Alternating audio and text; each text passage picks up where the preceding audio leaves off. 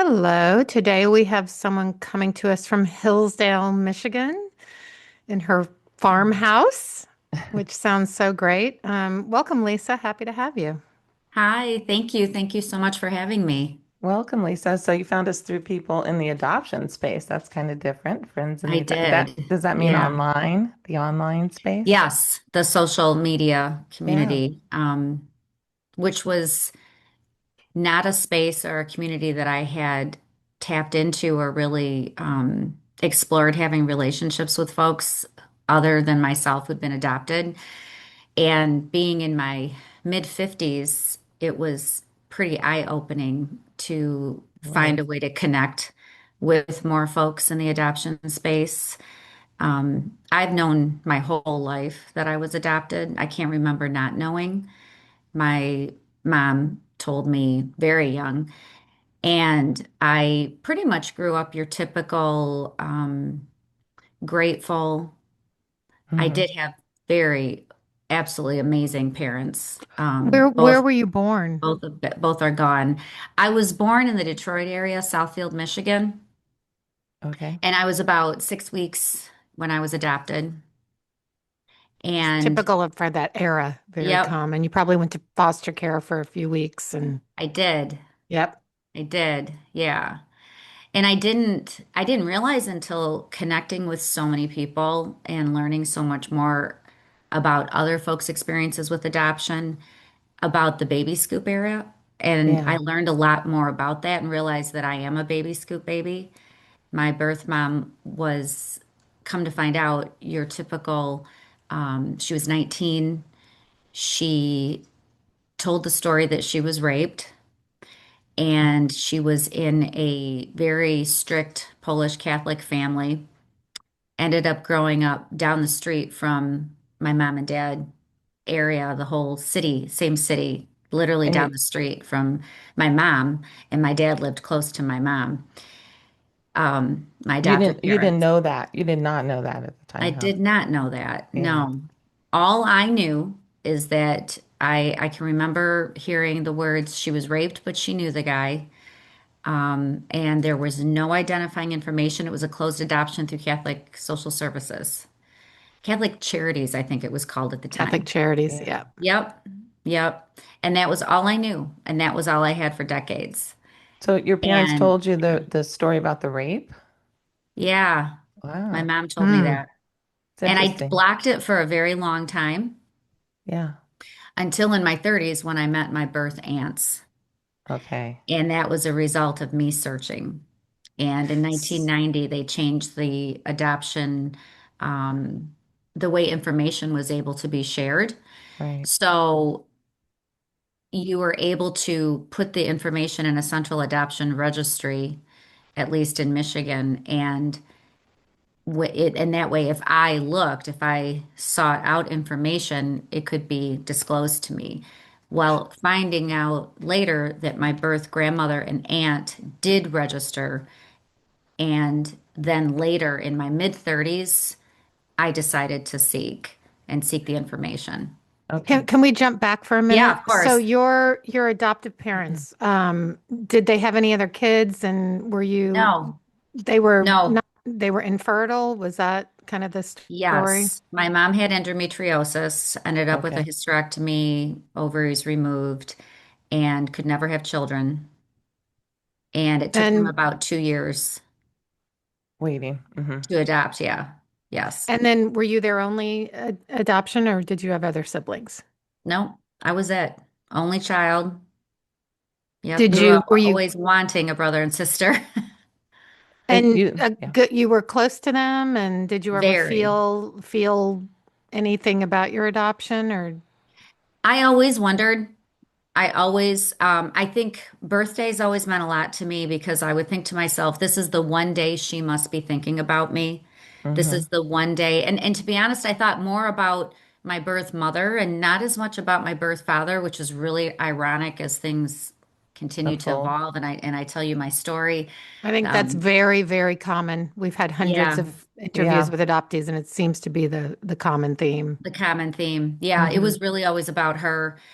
I never had anger towards her. I felt actually and I've learned a lot of things becoming so much more in touch with the adoption community in my 50s and the experience that I've gone through with meeting birth family. One side very beautiful and wonderful still in my life, and the other side very traumatic, almost Oh, broke me later in the most recent years meeting birth family. And something that I've come to realize looking back is I definitely grew up with the I'm grateful I was chosen. right. The narrative. Yes. Yeah. And never really realizing why and how much that can really diminish allowing you to really have true feelings about being adopted. And none of it has anything to do with how wonderful my parents were or how much I loved Yeah. them. Of course. And being able to hold that gratefulness but still have grief has been a whole new experience for me and something I'm really grateful to the adoption community and the adoption space for helping me understand that so much more. And it's something that it's almost like full circle. Hmm. And so I grew up feeling, chosen and grateful and also unfortunately felt that heaviness of having to be perfect. And my parents did not do that, but I felt if I wasn't perfect, maybe I'd be given up again. And It's didn't the even symptom. realize It's that. the Yeah. symptom of Yep. adoption. I mean, it's rooted in loss, right? So it's like you're carrying that, not knowing that. That's the weird thing in your 50s when you're like, wait Yep. a second. Yep. And it does mess with you emotionally. Yeah, no, for sure. Yeah. Hmm. So I thought about her and I always thought about her on my birthday. I always thought this must be the one day that she's probably thinking about me. Yeah. And it would be the day that I would allow myself to really feel that. I did talk to my mom probably in my late, maybe mid to late 20s. And she always said to me, if you ever want to look, I will support you. But I never felt like I could. It felt too heavy and like I had to protect her. Right. And that wasn't her Hmm. fault. That was not her fault. That's just how it felt. My mom and I were very, very, very, very close. We were like best friends. And my dad and I were close, but became closer when I lost my mom. Okay. So I did lose her in my early 30s. I was 32, and I it was 5 days before my daughter was born. Oh, And my that's mom a had, hard time. yeah, it was a very traumatic time. And I was a nurse at the time, studying to be a nurse practitioner. I was in grad school, and my mom had a knee replacement surgery, had a blood clot in the popliteal artery behind the knee that went Mm. undetected and ended up losing her leg Oh my Mm. gosh. over a process of several weeks, first below the knee and then above the knee. And I always had a lot of guilt about that because I thought if I would have been paying more attention, if I'd have been more assertive with how much pain she was having in the first 24 hours, maybe we could have prevented this, but probably not, to be honest. But at the time, I carried a lot of guilt with that, and I write about that in my story when I tell my story in my memoir, how even as early as that part of my life, I felt so responsible for caregiving. Hmm. And even though I wasn't my mom's nurse, and I did go to her nurse, I still distinctly remember saying, she's in a lot of pain for her. She has the pain tolerance of a horse, and feeling very dismissed, only to find out the next morning she had no pulse in her leg. And the process started where she had a procedure to try to restore blood flow. It didn't work. She ended up losing below the knee and then above the knee. And it was probably over a 2 month process, 2 month hospitalization, extremely traumatic. But as a result, she, of course, would never have the other knee operated on. And I never blamed her, but she ended up becoming less and less mobile. And it was, I think, 8 years after the knee replacement surgery. I was 8 months pregnant and I was helping her get out of the car. She had a prosthesis and she actually, for several years, did quite well, but then developed heart issues, I believe, and she developed diabetes. And I was helping her get out of the car and she collapsed in front of me. I lowered her down the side of the car. And as she was looking at me and I was talking to her, she looked past me and she was gone. Oh Wow. my So gosh. And sorry. I Wow. lowered her down and I did, of course, I started CPR, but then I remembered her telling me that she didn't want anything like that. And so my dad came running out to the garage because I was at her house to pick her up to go to a doctor's appointment. And my dad came running out. I said, call 911, but then stopped CPR myself. And when they got there, I told them she doesn't want this, but we didn't have the paperwork. So then Oh, I'm rushing 8 months pregnant in the house, tearing through paperwork for them to prove that I was medical power of attorney and that my mom had a living will and an advance directive. And so then they stopped, and she was gone there on the garage floor. And and I that's just so remember, traumatic. And then yeah, you it was having very your traumatic. baby. And I remember telling my daughter, because I knew I was having a girl, saying, "You can't come yet." I had already named her Isabel, and I called her Busy Izzy because she was so busy in my belly. And I Yeah. remember saying to her, "You can't come yet. I've got to get through this. I've got to help. I've got to help my dad. He it was just me and him." And I actually went into labor that night and ended up in the emergency room, and they were able to slow things down with fluid, and things calmed down, and I was able to get through the rest of the week, get through the funeral. And we were standing at my mom's grave site, and all of a sudden I felt a trickle, and I Oh, felt things starting to happen. And that night I went into labor and had Izzy the next morning, 3 weeks early.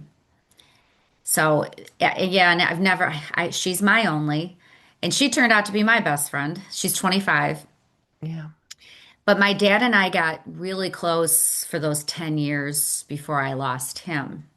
And I lost him in 2010. He developed esophageal cancer and did okay for it was stage 4 when it was diagnosed. Healthy man, healthy lifestyle, just one of those things. And Yeah. I actually moved in with him for the last 3 months of his life and took care of him till he passed. So I was with him when he passed. When my mom passed, it was about 2 years later, and I started thinking about. I happened to work in women's health, and I started thinking about how important family history is and medical history. And I have a daughter now, so then it started to become important to me on a different level. And looking back, I think I used it low key as an excuse. Well, I I was need gonna that. ask that. Like when your Yeah, daughter was born, were you not, yeah, did it not kind of go, oh my gosh, this is my biological relative when she was yes. born even? It took me 2 months to get pregnant, excuse me, 2 years to get pregnant. Mm-hmm. I was going through fertility evaluation and investigation, and my husband was fine. I was turning out to be fine, but I wasn't getting pregnant. So they did a hysterosalpingogram, which is where they Fun. look into your uterus and fallopian tubes. And in the process of looking, they almost more or less blow air, so to speak, and it opens things up. And then you can assess whether or not there's any blockages or things like that. Well, ironically, got pregnant the month after that. Oh, So okay.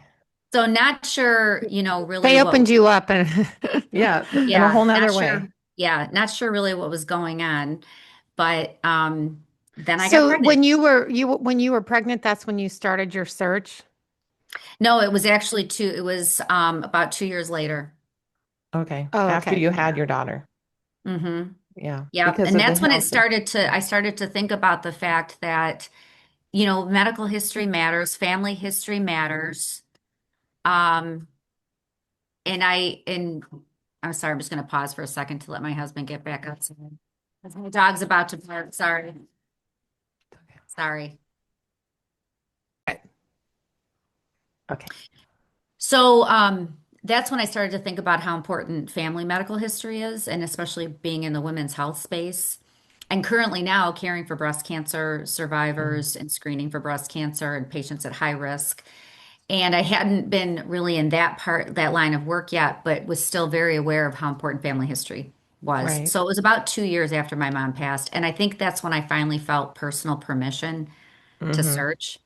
And it was one phone call to Catholic Social Services that led to me finding out background information and not identifying information.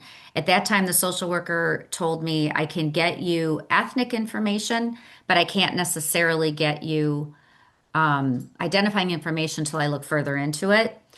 So, first thing that she mailed to me was ethnic background.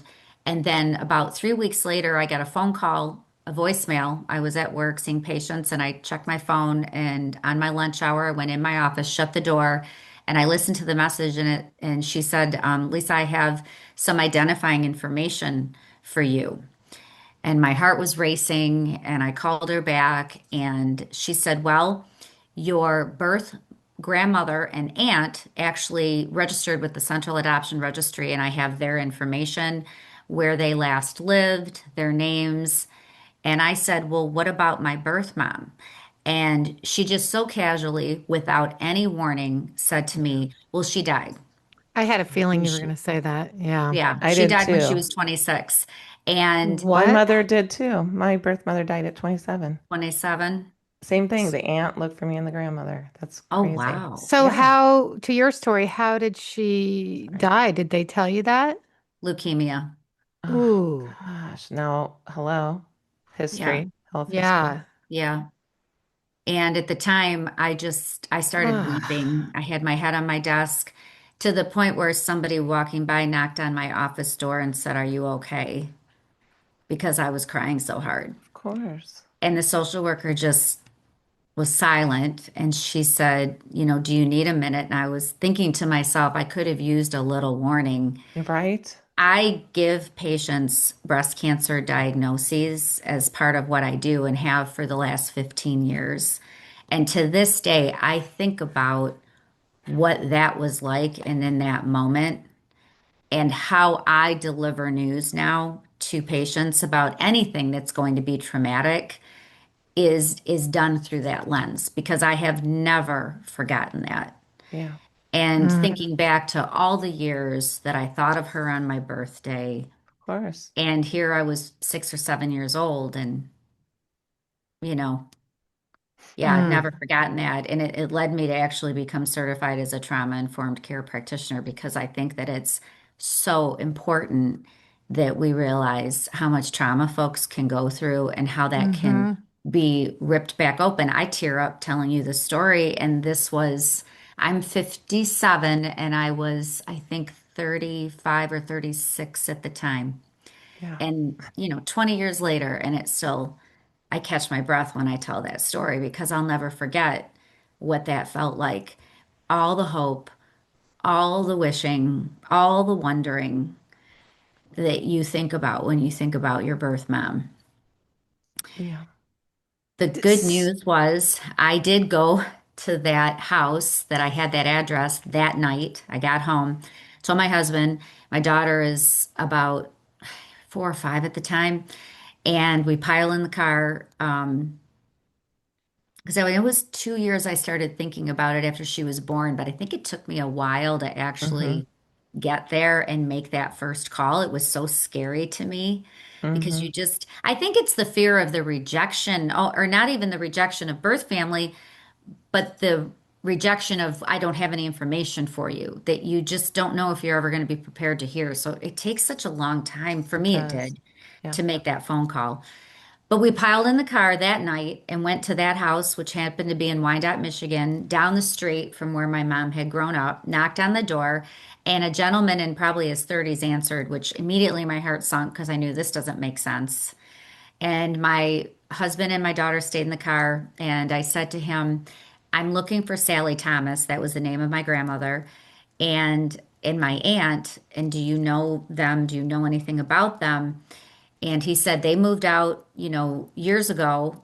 But the neighbor next door has been here for 30 some years. She'll know. And so I motioned that I was going next door. I went next door. I knocked on the door. A woman answered. She looked at me and she said, Lisa. And I Oh, said, Denise. what? And she said, what can I do for you? Denise was a nurse who mentored me and trained me at Wyandotte Hospital as a brand new grad. Come on. And I said, my grandmother was Sally Thomas, and I motioned to the door next door, and she said to me, "Oh my God, you're Judy's daughter." Mm. My birth mother had gone to her and talked to her several times about what to do.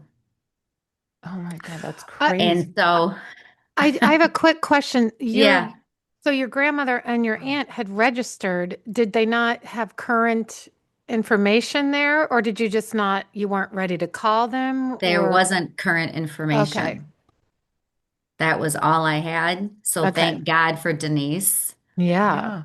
So she said, "Come in."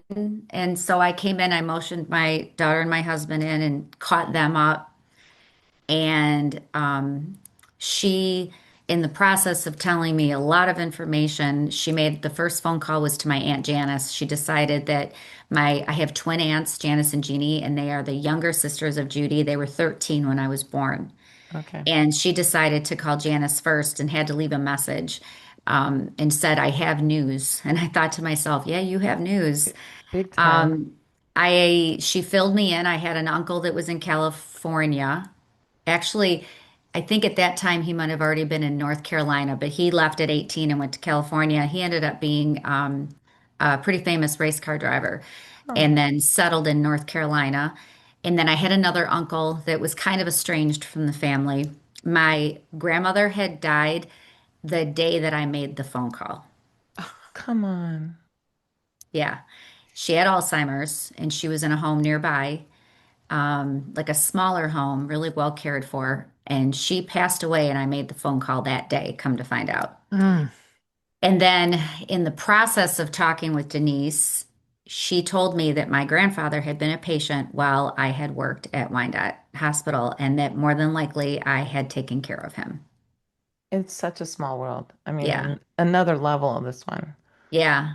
Yeah. So I love that part of my story. And my Yeah. aunts are in my life to this day. My uncle passed away a couple years ago, the one that relocated to North Carolina, and I became very, very close to him as well. So That's So very did you close you to. find out the truth about your conception? So my Aunt Janice and my Uncle JT really feel strongly that it was a narrative that fit the times. Hmm. right. There was a lot of shame. And my mom was a typical baby scoop mom because when they found out she was pregnant, she was sent away to the home for unwed mothers in Detroit, Marilette Home for Unwed Mothers. And she Yeah. was there until she had me and was told, "You will not bring that baby home." It's so sad too. 19, right? I mean, it's an Yep, adult, and my mom was 19 too, but that always, it's not, I yep, mean, it's so sad. yep, It's heartbreaking. yep.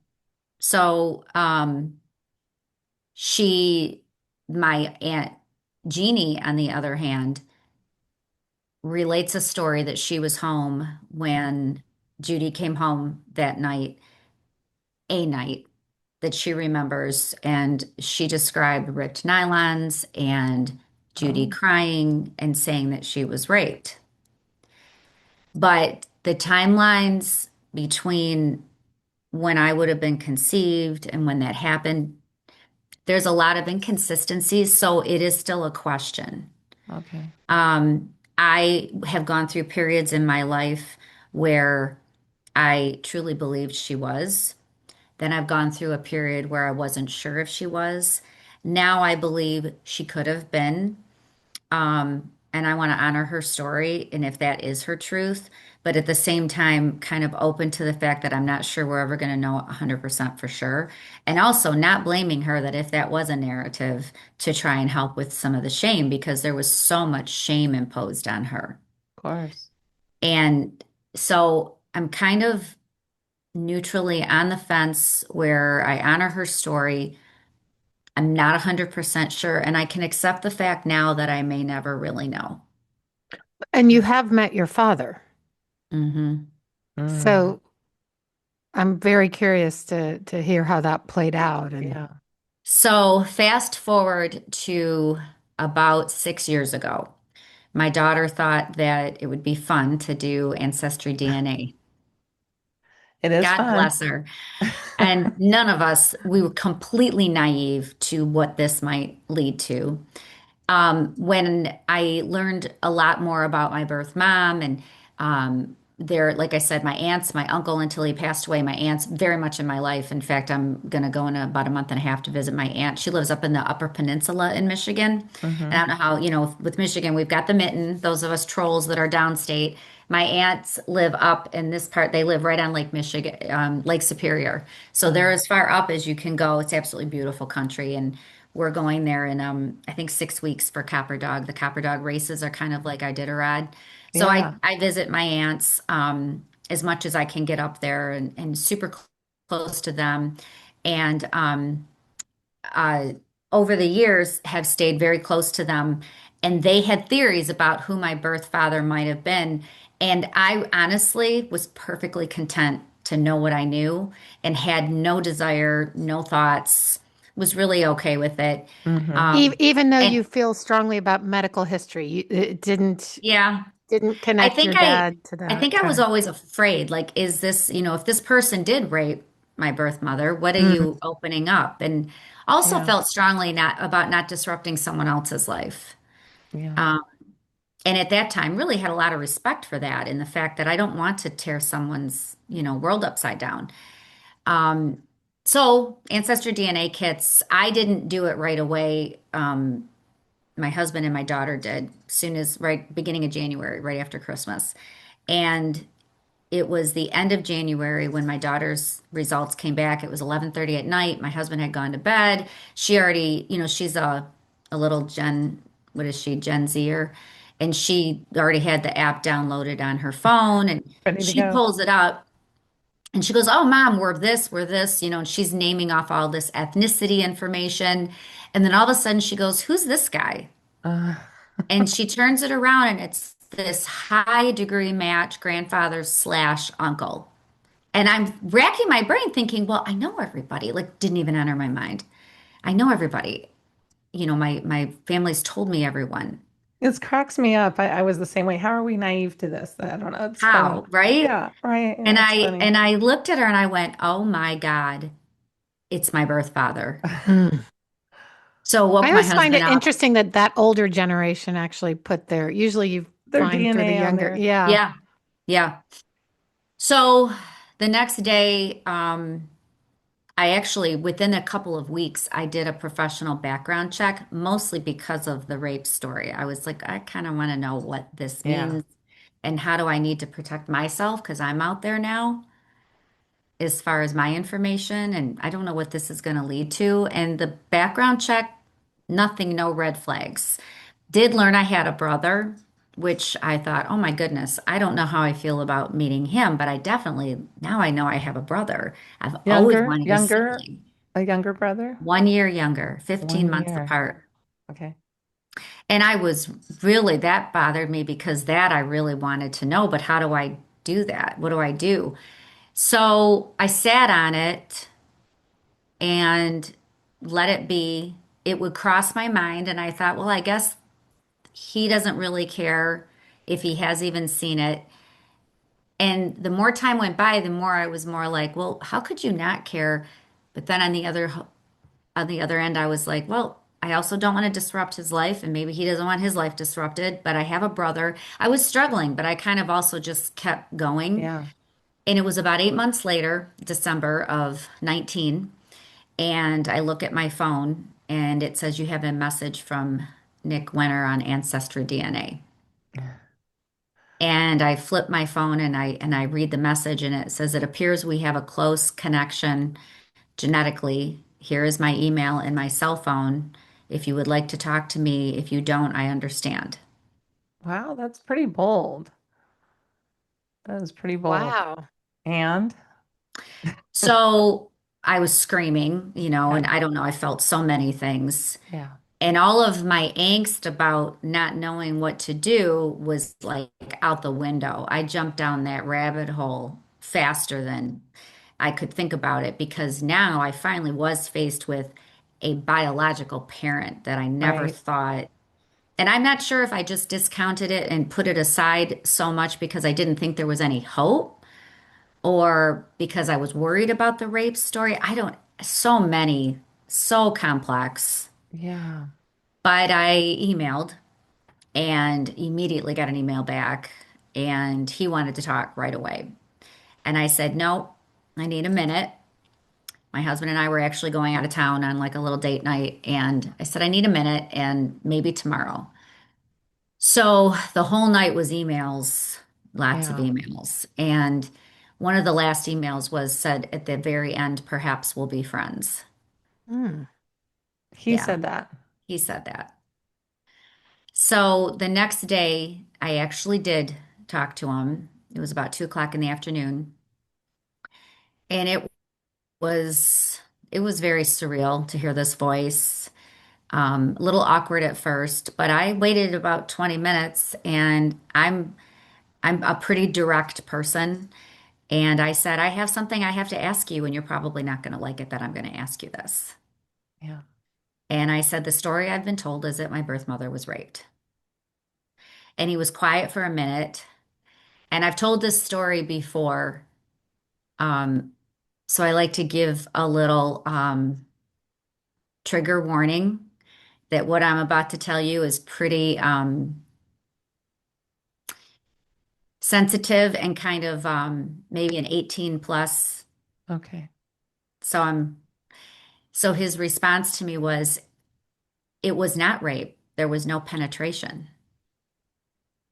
Oh, Yeah, which felt That's an interesting response. very icky and awkward Yeah. and should have been my first red flag. yeah. Um, because this was coming from a man who claimed to not really remember who Judy was. But he remembered that. Yeah. But here I am, and I had no idea at the time the depth of my vulnerability Yeah. and how easily and quickly I wanted a different story. And looking back 6 years later, after 5 years of therapy and coming full circle and have no contact with him at this point, now I understand that the little girl in me really wanted a different story. I didn't Hmm. want that to be my story. And so here was a master storyteller spinning a web of a very different narrative that I wanted. And he knew that. Yeah. So that was the beginning of about a 5 year roller coaster that turned me inside out, upside down, and nearly broke me. Gosh. But I am not broken now. I No. have healed a lot. I'm a work in Mm. progress with this story. The shortest way to sum up what the experience was with having him in my life, within 2 weeks, he was telling me how jealous his wife was Oh, of me. brother. Come on. He's like a Yeah. narcissist, a Is narcissist. it is the wife the mother of your No, brother? Okay. So no. Yeah. he's been active. Yes. And there are no other children. They actually married in their 50s, and he and his wife remained single. He didn't even marry my brother Scott's mom. They were together about 13 years off and on, and he left for the last time. Um, and that was in Philadelphia. Um, he now lives in my birth father and my brother live in the Kansas City area. Lee Summit and my brother lives in Blue Springs. So, But Now, that, do you talk to your yeah, brother yeah, I was now? wondering that. my brother and I are very, very close. My Okay. brother, unfortunately, has stage 4 esophageal cancer, Oh and Oh my God. gosh. I've been helping him very much with that. And you want to talk about things coming full Boy, circle. you sure know that I cancer, Yeah, don't you? With know. your yes, I do. Yes. That's my adoptive wild. father had that too. He's Oh, lived, but yeah. yeah. And that's amazing because it can be very, Yeah, yeah, aggressive. yeah. Oh my goodness. So And is he, is your yeah, brother close to your father? that's what I That's was wondering. Well, that's a complicated relationship. He was in and out of my brother's life quite a bit, And when my brother's mom passed away of cancer, she passed away of lung cancer. My brother ended up mostly kind of homeless at probably a year or two later, and was not in a good place. And depending on who you believe, it was either my birth father or his wife insisted that he come to live with close to them. He lived with them for 6 months and then in an apartment nearby, Okay. and has built a life there. He now has has his own home, and he works at a grocery store, um, but currently is battling this. Yeah. And And wow. he's been closer to Nick, my birth father, but Nick's alcoholism and a lot of the things that happened over the last 5 to 6 years impacted Scott a lot as well. And not to my, and Scott completely doesn't hold me responsible for any of that, but I was such a disruption Mm-hmm. in a lot of ways to not to my fault. I mean, I totally understand it's at the time I felt like it was my fault. Right. But Nick took me on a ride. He was going to get divorced, and I mean, it just was up and down and up and down. Then he was going to move to Michigan, then he wasn't. It was 6 months before his wife even contacted me. But I also, for 6 months, heard how much she hated me and the names she would call me. I mean, it was such a twisted triangulation where Nick was the victim, she was the persecutor, and I was the fixer. And this lasted off and on. I did things for him that I never imagined I would do for someone. There was a time when he couldn't get on a plane to go to rehab because he was too drunk, and the wife called me to come and actually get on a plane with him to get him. And then I took a red eye from LA back home to Detroit so that I could get to work. I mean, the things that I did for him That because must have I been was that must have been so hard on, desperate yeah. for a relationship. Was that hard on your family? Like Oh my gosh, your yes, I have. husband? I do have guilt about what I put them through. Well, your husband's probably Um, like, what's happening? Because it's hard to oh, understand the adoptee psyche, right? That's like such my a, husband was so supportive, but there was a point where he was like, enough. And yeah, now, if he ever got in a room with that man, yeah. but the I'm very sorry. last time my daughter saw Nick, um, and the last time I was ever in Nick's home was, I think we're coming up on 2 years. Gosh, you start to lose track, 2 or 3 years this January. Um, it was my last ditch effort. His wife wanted me to come and stay with him because she had to go see family, and Nick was drinking again, and everyone knew that. My brother warned me. He said, "I don't think you want to come." But I was going to be the savior. I was going to do the right thing, and I was going to, come and be at the house. And I took my daughter with me, which I've regretted forever. And he ended up going into such a drunken rage that he kicked Izzy and I both out of his house at midnight in the cold in a Oh town we my don't know. gosh. And we couldn't even God. get an Uber. I mean, you're in the middle of a suburb. And we finally eventually got a ride, and I went to my brother's first, and then we went and stayed at a hotel. And I went no contact for about 8 months. Yeah. And then he kind of broke me down. But sometimes, as I've learned with abusive, narcissistic people, that sometimes it's a weaning process. And Yeah. I don't beat myself up anymore that it was kind of a back and forth, limited um, back and forth till I finally had not seen or talked to him in probably a year and a half. I did see him a couple months ago when I visited my brother after my brother was first diagnosed. Nick came to the house and I had a civil conversation with him. He has some dementia. He picks up the bottle occasionally and under the guise of he's so upset about my brother, which I'm sure he is, but I think alcoholics always need that excuse. Yeah. Right. Of Um, course. I and I wonder did if have a the civil alcohol conversation. is it the alcohol that maybe affects his brain? Oh, 100%. He was Yeah. diagnosed with Korsakoff syndrome Oh a yeah. couple of years ago. And I think he has dementia from both that. And I think he also has like some degree of vascular dementia. Personality is intact, but um, yeah, I had kind of a actually peaceful conversation. I had a lot of peace. He he tried to say things like I'm sorry about everything and blame his wife, and I said, "No, I'm sorry. You can't blame anybody else anymore. Yeah. This all came from you." And he looked at me and said, can you ever forgive me?" And I just smiled. I didn't answer. I Yeah. don't have to, No, you don't. and I don't have to forgive him to heal. I'm Yeah. healing without forgiving him. Did Yeah. Scott have any kids? No.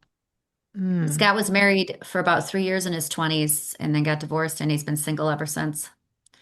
So the challenge has been is he does not have hardly any family besides Nick and his wife and me And and my you. husband. And Mm. we have, I've been twice now since he's been diagnosed. My husband went with me this last time, and we take care of a lot of, trying to help Thank. him with some financial situations and starting, I'm his medical power of attorney, and I'm going to become his durable power of attorney, and just to kind of help navigate. And Nick's wife has actually stepped up and been very helpful as much as she can. She's got her hands full with Nick, but she's been helping, and she and I have a very different relationship now because it's all focused on Scott. I also don't want anything to do with Nick, and she knows it. So I Okay. think it's a whole different dynamic now. She's also suffering that relationship with him if he's a narcissist. So, you know, Yes. Narcissist, alcoholics, not yeah. not a great No. um did you a couple questions. Sure. Nick and Judy, did they know each other in high school? Was that where the origin of that? And then also, did you meet So any of the rest of Nick's family? yes. Okay. So, first question, I don't know. And the story is that it was a one night. Nick had a couple different stories around it, and I don't know what's true. He supposedly, Judy told him she was pregnant. Um, Judy named me Michelle Marie, and Mm, she good. wrote poems. I have poems that I've published in my memoir that she wrote. Um, and she named me Michelle. And then the real sick thing that Nick did was he decided he would only call me Michelle. So to this Okay. day, he calls if he, whenever I don't talk to him, but he refers to me as Michelle. But I don't think they actually had any kind of relationship. I think Yeah, it was even though one they didn't night. have the relationship, that's so odd. I mean, it'd be one thing if her family did that. It's kind of, Yeah. he's so Yeah. And they interesting. did. My Aunt Janice actually did call me that. Hmm. Um, and the very first time, and I just told her, I said, that's not my name. And it felt real awkward with him. He used it as Weapon. just another way to pull me in. Yeah. And then when he was angry, he would call me Lisa. It was just a very classic narcissistic thing, Yeah. Hmm. very warped. But anyways, I don't think they had anything but a night. As far as the rest of his family, I met his sister. Actually, I met two of his sisters and his brother, and their spouses, and they're all perfectly nice people. I don't have a very close relationship, but his sister does occasionally text me and keep in touch. They're a couple hours from me where I'm at. Okay. His sister, interestingly, has nothing but horrible things to say about him, said that I dodged a bullet. When He was she a first told bad me that, seed, it sounds yeah. like. When she said he's a pedophile and that he Oh, raped What? his sister. okay. Yeah, that's what she told me. I I initially don't when see she why she would lie about that. right, exactly. Yeah. But he Hmm. had me very much under his spell, and so it took me a long time to really accept anything like that because of course, classic and red flag, he has nothing to do with his family. Well, of course, and you're wanting this so bad. This is, you And don't I even, wanted it. you said you were raised in a happy family and Yep. you loved your parents, but it's so strange how that flips in a second when you have Yep. a parental belonging like that. Yep. It Oh doesn't, yeah. I'm a And to have pretty, lost your mom, so then you would have Yes, it's yep. wanted the, of course. And then by the time Nick came in my life, I'd lost my dad. Yeah, and you're really vulnerable. Yes, very vulnerable. I had no idea. So No, I have a lot more perspective and of understanding course. about how vulnerable adoptees are. I don't care how old you are No. or what your life experiences have been. I'm a pretty tough woman. I'm a pretty tough cookie. I've been through a lot. I've had a lot of loss. I'm mentally very stable. Yeah. And this broke me. Yeah. And I think it's a testament to it doesn't matter how strong you are when you put yourself, when you're in looking at it through this lens Hmm. and you're dealing with a master, it's quite easy. And I'm a very empathetic, empathic kind of person. And I think narcissists really feed on that. Yeah. And he I've sounds learned a like a lot about that. malignant He narcissist. is a malignant narcissist to every Hmm. sense of the word, every sense of the definition of a malignant narcissist, 100%. It gives me a Wow. lot of sadness for your mom, Judy, because regardless, it wasn't fun for her, this story, regardless how it went with Nick and the I shame think and then just, I think it killed her. I honestly yeah, kind of believe that yeah, she died of a broken heart. She died so young of something, a very aggressive leukemia yeah. that maybe now there might have been more treatments, but at the time nothing worked, nothing helped. She passed away, I don't know, I want to say like 18 months after her diagnosis. I mean, it was Yeah, pretty terminal. And you're right. I think there was always an emptiness and a sadness. You can of tell in her course. poems that she wrote the Yeah, loss that she felt in giving me up. It wasn't what she wanted. yeah. It really is a baby scoop, Oh, classic baby scoop story. We all three I, have that classic that yeah, baby scoop story. the question I Many, had, many of us. Yeah. the question I had about that, you brought that up, and I didn't want to interrupt earlier.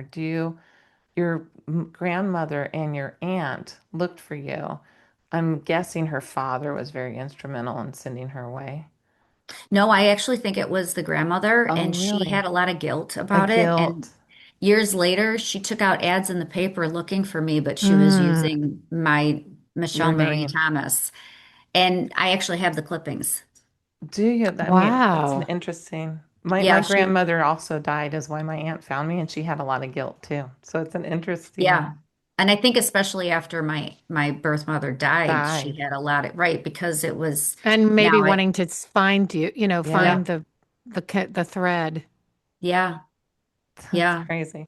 yeah. Wow, what a story, Lisa. That is, I'm glad you're taking care of yourself Yes. and cutting ties with Nick. He does not sound like No, I healthy don't. for anyone who crosses his path. No, I when No, mean, truly. And no. poor Scott. I mean, I know. Scott is my silver lining. That's what I called him in my book. I oh, call him my silver lining. And when I would in the depth of despair of wondering why did this happen to me, I was perfectly fine. Why did this happen? Why did this person have to come and and if you remember, I was real conscious of not uprooting someone's life. He saw me on Ancestry and saw a picture of me. Told me later the first thing he noticed was my legs. uh, weird. And 30 minutes later, he contacted me. He thought nothing of disrupting my life. No. And What's he the didn't name? talk to his wife about it. He just No. did it. You just did okay, what that's And creepy. He it first is thing he oh, creepy. noticed yeah, was your legs. It's like, that is the tip of the iceberg of the creepiness and the Oh, sure. inappropriateness around this. ah, What is God. the name of your memoir? The Adopted Nurse, a Okay. memoir of courage, compassion, and hope. And I very much weave what I do because I think as an adoptee, I became an instant caregiver. Yeah. And I think my parents also instilled caregiving in me. I watched my mom and dad care for family members. I cared for family members. I cared for my mom and my dad. I cared for my father-in-law. He passed away in our home as well. And my whole life, I think I was 10, I knew I wanted to be a nurse. Okay. And I really weave throughout the entire book my profession and my lens of um, growing up. And also growing up, the first half is my whole, up into meeting Nick. And it's I call it grateful and perfect. So I was grateful and I felt I had to be perfect. But it was never to the fault of my parents. It's Yeah. just the, It's societal, to be honest. it is, it's It's this, so yes, it is. overlaid. It's a cultural Yeah. lens, it's societal. And then towards the middle of the book is kind of Nick coming into my life and quite a bit of detail about all the different circumstances and abuse that I endured. Real emails are in the book. I've actually got actual Good for emails from him you. and his wife. I complete disclosure. I don't disclose their last name. That's only I changed a few names in the book. So I don't disclose their last name.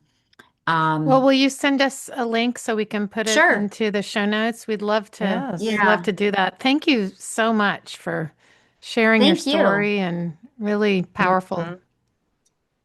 It will help Appreciate. Thank other you. people, your Yeah. candor. You're being Yes, Well, thank so. you for definitely. having me. Thank you, Lisa. Thank you.